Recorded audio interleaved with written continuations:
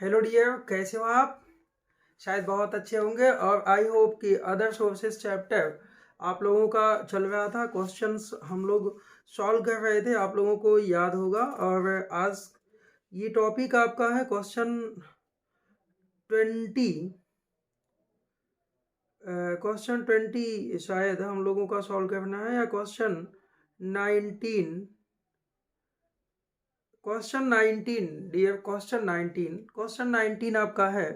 From the following receipt and payments of mister Devesh, compute his taxable income under the head of income from other sources. आपका topic भी other sources का है, आपको घबराने की आवश्यकता नहीं है। Receive from Madhya Pradesh state lottery net income लिखा हुआ है, तो ये नेट इनकम लिखा है, तो फिर क्या करना है, इसको ग्रांस बनाना होगा। Winning from horse race, winning है 1000 लिखा हुआ है, तो नॉडियम यदि 1000 लिखा हुआ है तो बिल्कुल घबराने की जरूरत नहीं है। 10,000 तक होता तो टीडीएस कटता, आपको इसको ग्रांस बनाने की नीड नहीं है।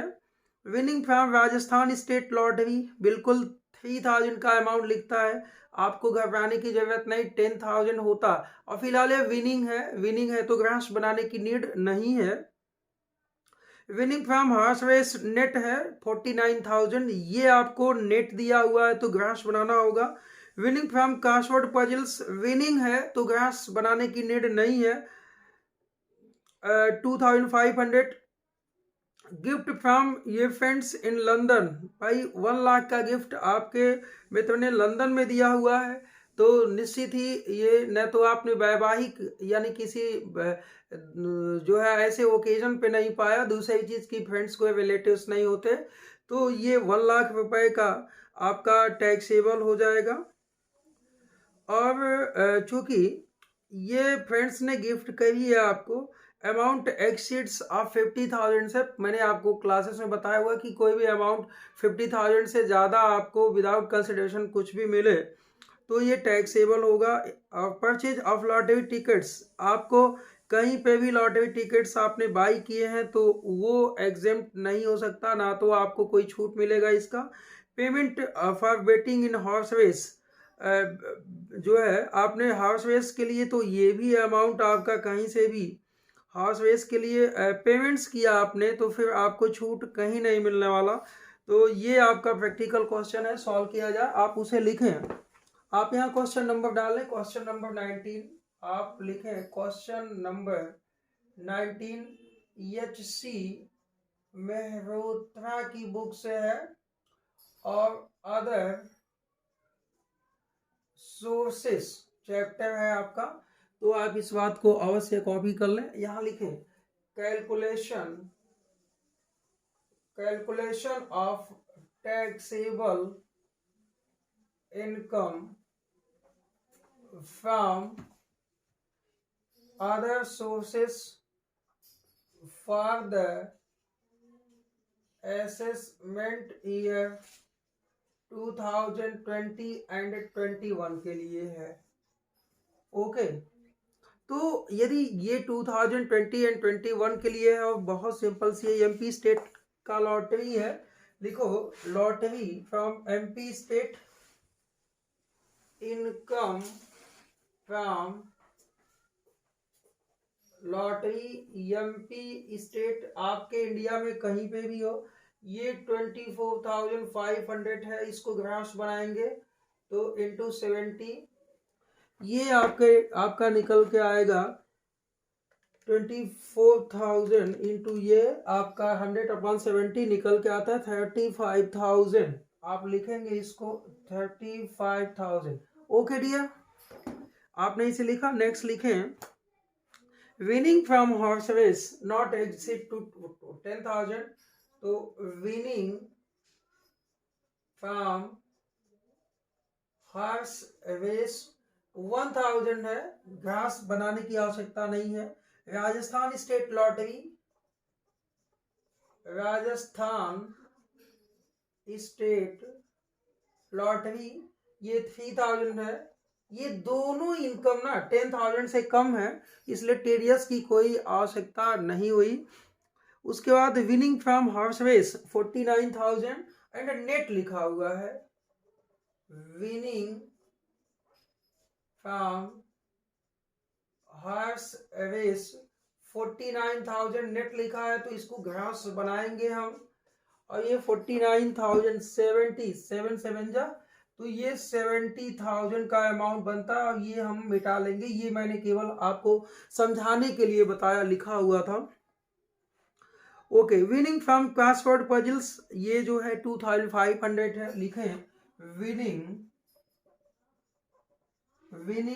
From crossword puzzles 2,500 not exceed to 2,000 10,000, so it is fully taxable and no need of gross up. And gift from friends, gift from friends 1 lakh, चूंकि 50,000 से ज़्यादा है, और मैंने अभी बताया कि कोई यहाँ डिडक्शन मिलना नहीं है आपको, तो ये आपका टोटल होता है 35,000 plus 1,000 plus 3,000 plus 70,000 2,500 plus 1 lakh, ये कुल आता है 2,11,500, 2,11,500। It is taxable income. बस ये आपके छोटे छोटे से प्रैक्टिकल क्वेश्चंस हैं। आई होप कि आपको समझ में भी आ रहे होंगे। तो आपने क्वेश्चन नंबर नोट किया, क्वेश्चन नंबर 19। अब हम लोग सॉल्व किया जाएगा क्वेश्चन नंबर 20। तो मैं इसे मिटाऊंगा। क्वेश्चन नंबर 20 आप यहाँ लिखे क्वेश्चन नंबर 20 एंड बुक यही है आपकी, एंड अदर सोर्सेस चैप्टर है। तो डियर स्टूडेंट्स, क्वेश्चन नंबर 20 क्या कहता है? Compute income from other sources from the following information. क्या इंफॉर्मेशन कहते हैं ये?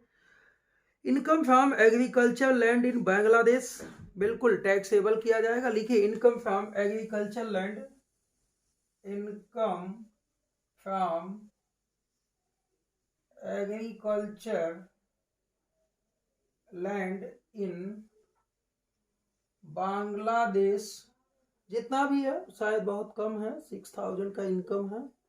आप कंप्लीटली 6,000 लिख लें, क्योंकि विदेश की कोई भी एग्रीकल्चर इनकम है तो ये इंडिया के अंदर टैक्सेबल होगा। ओके, विनिंग इसके बाद interest on fix deposit with bank 15,000, interest on fix deposit with bank, interest on fixed deposit with bank, जब तक कुछ नहीं लिखा है कि ये नेट है या ग्रास है तब तक हम उसे ग्रास मानेंगे। ड्यू अभी न लिखा हो, रिसीव अगर लिखता क्रेडिटेड, आपके खाते में क्रेडिट किया गया, तब हम समझते कि टीडीएस काट लिया गया होगा। उसके बाद dividend receive from Indian company exempt होता है। आप लिखेंगे डिविडेंड्स फ्रॉम इंडियन कंपनी, आप लिखेंगे एग्जेम्प्ट। इसके बाद interest on post office saving bank account, single जो नेम से है तो बहुत आसान है, क्योंकि यहाँ पे 3,500 तक एग्जेम्प्ट हो जाएगा, 6,700 मिला है। तो लिखेंगे interest on post office saving account 6,700 less exempt आपका 3,500 है, तो ये 3,200 का इनकम आपका टैक्सेबल हो जाएगा। और ये बाकी के सभी इनकम का आप टोटल कर लेंगे डीएफ, तो 15 6 21 3 24,200 लिखना क्या है, 2,400 का इनकम टैक्सेबल हो जाएगा। ये लिखें आप टैक्सेबल इनकम, आप लिखें टैक्सेबल इनकम। ये क्वेश्चन नंबर 20 था आपकी बुक से। चले क्वेश्चन नंबर हम लोग 21 देखते हैं। क्वेश्चन नंबर 21 आपका क्या कहता है भाई? मिस्टर गोविंद ने जो है आपके सामने कुछ इनकम प्रस्तुत किया, आप इसको कॉपी कर लें, हालांकि क्वेश्चन के अंदर कुछ है नहीं, बट आप कॉपी कर लें। मिस्टर गोबिंस income particular are as under for the previous year 2019-20 net amount received from prize of Haryana State Lottery। Net लिखा है तो उसको हम ग्रास बनाएंगे। Profit on sale of A plot, plot को बेचा है तो ये तो भाई कैपिटल इनकम है आपकी, और कैपिटल गेन हेड के अंदर टैक्सेबल होना चाहिए, इस हेड के अंदर टैक्सेबल नहीं होगा। Royalty of from mines 69,000 and नीचे लिखा हुआ है कलेक्शन चार्ज ऑफ रॉयल्टी 3,850, तो ये आप एग्जेम्प्ट डिडक्ट कर लेंगे। ही वॉट लॉटरी टिकट्स वर्थ 1,760, तो आपको मैंने बताया है कि लॉटरी के लिए यदि आपका कोई एक्सपेंस होता है तो वो अलाउ नहीं है। अच्छा, income from agriculture land in India, ये भी टैक्सेबल नहीं है। तो so easy question dear students, आप इनको सॉल्व कर लें। चले देखते हैं भाई। तो डियर आप यहाँ क्वेश्चन नंबर डाल लें। ये क्वेश्चन नंबर आपका है 21, क्वेश्चन नंबर 21, और ये लाइन ऐसे ही आप खींच लें।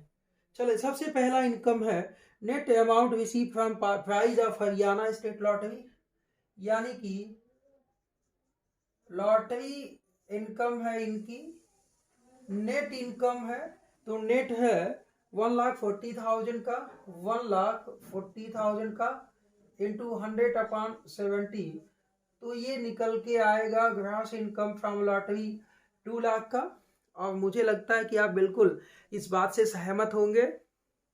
Profit on sale of plot, आप लिखेंगे क्वेश्चन के अंदर profit on sale of plot, ये आपका टैक्सेबल नहीं होगा इस हेड के अंदर। ये प्लॉट है, यदि प्लॉट डीलर्स हैं आप तो आपका बिजनेस प्रोफेशन, यदि आप प्लॉट कभी कभी बेचते हैं या प्लॉट आपकी कैपिटल एसेट्स है तो वो कैपिटल गेन हेड के अंदर टैक्सेबल होगा। रॉयल्टी फ्रॉम माइन, आप लिखें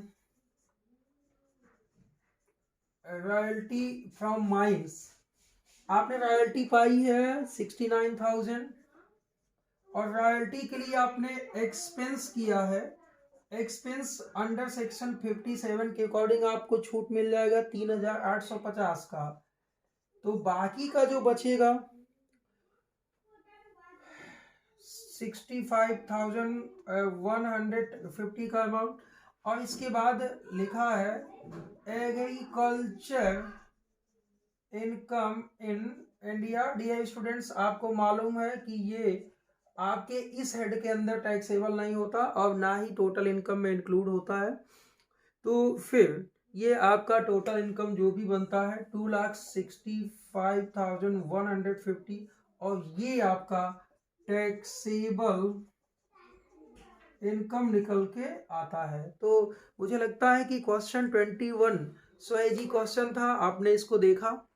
चलिए नेक्स्ट क्वेश्चन देखते हैं, क्वेश्चन 22। सो डियर स्टूडेंट्स, आपका क्वेश्चन 22, आप अपने पहली बात हेडिंग बना लें, हाँ, क्वेश्चन नंबर 22। और इस क्वेश्चन नंबर 22 के अंदर क्या कहता है, mister Mohan has the following investment. Mohan के पास जो इन्वेस्टमेंट है क्या क्या है देखना। 2019-20 में बहुत ही बढ़िया क्वेश्चन है कि जितने क्वेश्चन मिले हैं उन सभी क्वेश्चन में सबसे बढ़िया क्वेश्चन आज ये आपका मिला कि 6% tax free debentures of sugar company, 6% tax free debenture of sugar company. मैं कंपनी यहां लिख दूं तो मुझे जगह मिल जाएगा। कितने का है भाई, ये देखो 30,000 का। अच्छा एक बात बताओ, यहाँ सिक्योरिटी का नाम दिया है कि इंटरेस्ट का नाम दिया है? सिक्योरिटी का नाम दिया है, तो यहाँ हमको पहले इंटरेस्ट निकालना होगा। तो 30,000 का 6% 1,800 होगा। अच्छा, सिक्योरिटी के नाम के आगे टैक्स फ्री लिखा है। डियर स्टूडेंट्स, पिछली क्लासेस में हम समझते हैं कि ये बहुत ही इंपॉर्टेंट क्वेश्चन आपके एग्जाम्स के लिए होने वाला है तो आप इसे समझने की कोशिश कीजिए कि नाम के आगे टैक्स फ्री और प्राइवेट सिक्योरिटी यानी नॉन गवर्नमेंट सिक्योरिटी है, इसका मतलब है कि उसका इंटरेस्ट ऑल कंडीशंस में आपको ग्रास बनाना होगा। उसका इंटरेस्ट निकाल के या इंटरेस्ट दिया भी होगा तो हम इंटरेस्ट का ग्रास बनाएंगे। तो आप इसे लिखे 100/90। हम समझते हैं कि ये 2000 निकल के आना चाहिए। I hope 5% UP government loan है, 5% यूपी गवर्नमेंट लोन है। कितना लोन किया आपने यूपी गवर्नमेंट को? वो भी 30,000 का 5% है, इट मीन कि 1500। अच्छा, आप कहेंगे सर इसे क्यों नहीं आपने ग्रास किया? एक्चुअली ये स्टेट गवर्नमेंट या किसी भी गवर्नमेंट को जब आप कोई सिक्योरिटी देते हो, लेते हो या कोई लोन देते हो, तो आपको जो इंटरेस्ट पे करते हैं ना, वो टीडीएस काट के नहीं पेमेंट करते, आपको ग्रास इंटरेस्ट देते हैं। इसलिए हमको ग्रास बनाने की आवश्यकता नहीं है, जो पहले से ही ग्रास अप है। ओके, नेक्स्ट क्या है आपके पास? 6% debenture of Agra development authority, ADA। 6%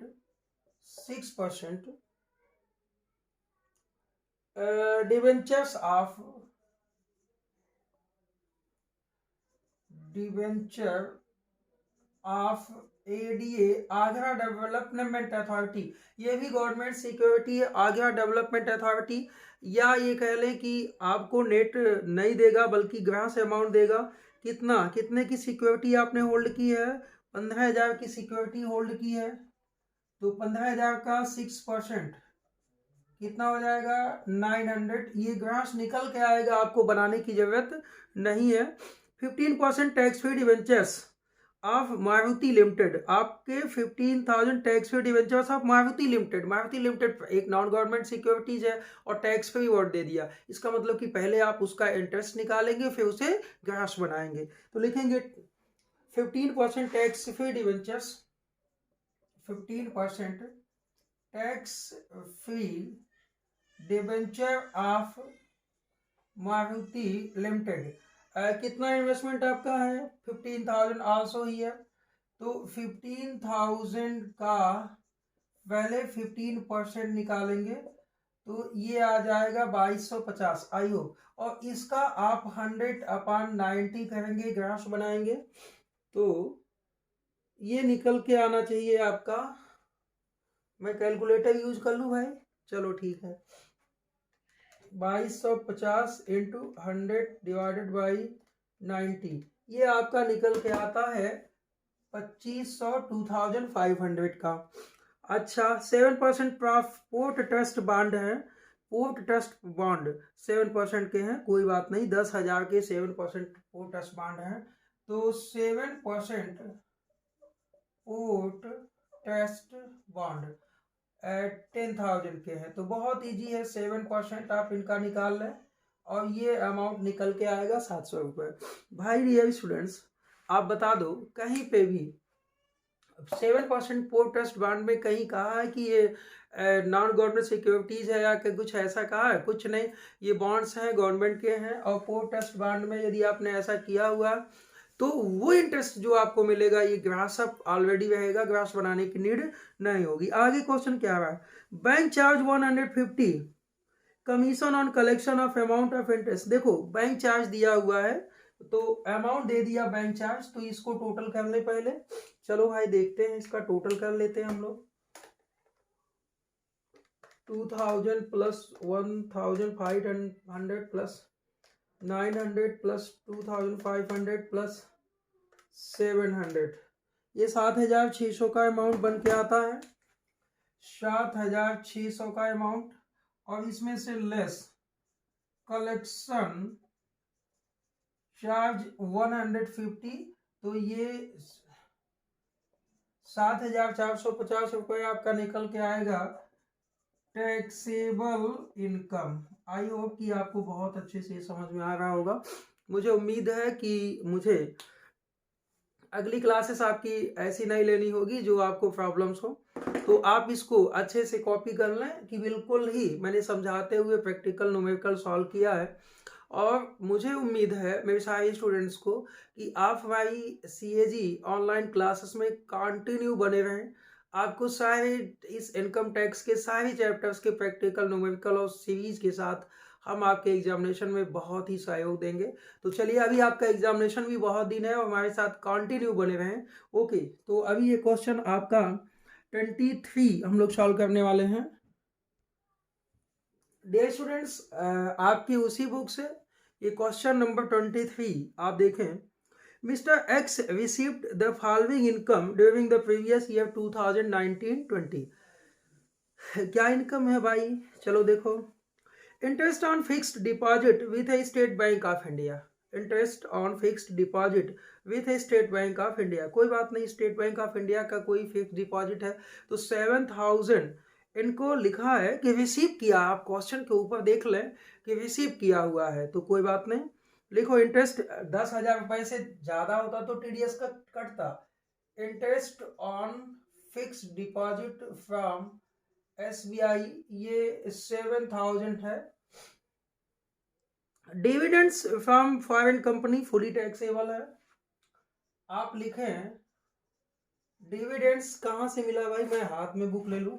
dividends from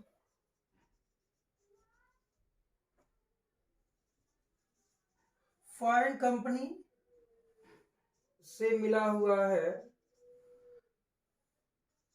3500 dividend from cooperative society fully taxable होता है। डिविडेंड फ्रॉम कोऑपरेटिव सोसाइटी 4000 का फुली टैक्सेबल होता है। Price of Meghalaya state lottery grass लिखा हुआ है तो मैं लिख देता हूं लॉटरी इनकम।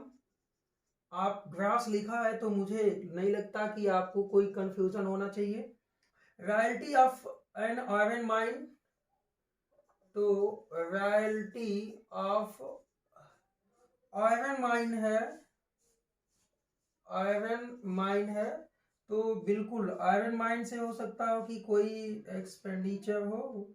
जी है, तो 19,000 लेस आप यहां कर लो एक्सपेंसेस। कितने एक्सपेंसेस हैं इसके संबंध में? 850, तो 18,150 टैक्सेबल बन के निकलता है। अच्छा, share in Hindu undivided family, आपको मालूम है कि कहीं से शेयर मिलता है तो यहाँ टैक्सेबल नहीं होगा, तो लिखेंगे शेयर इन HUF। क्यों नहीं होता? हिंदू अनडिवाइडेड फैमिली अपने आप में एक टैक्स पे ही है तो नहीं होगा। हाँ, डिविडेंड कलेक्शन चार्ज आपने पेड किया है तो कोई बात नहीं, उसका डिडक्शन मिल जाएगा। तो ये 7000 प्लस 3500 प्लस 4000 प्लस 22,000 प्लस 18,150, ये आपका आता है 54,650 और इसमें से 100 आप माइनस कर लीजिए। ये 54,650 लेस डिडक्शन 57 अंडर सेक्शन 57 में डिविडेंड कलेक्शन चार्ज, डिविडेंड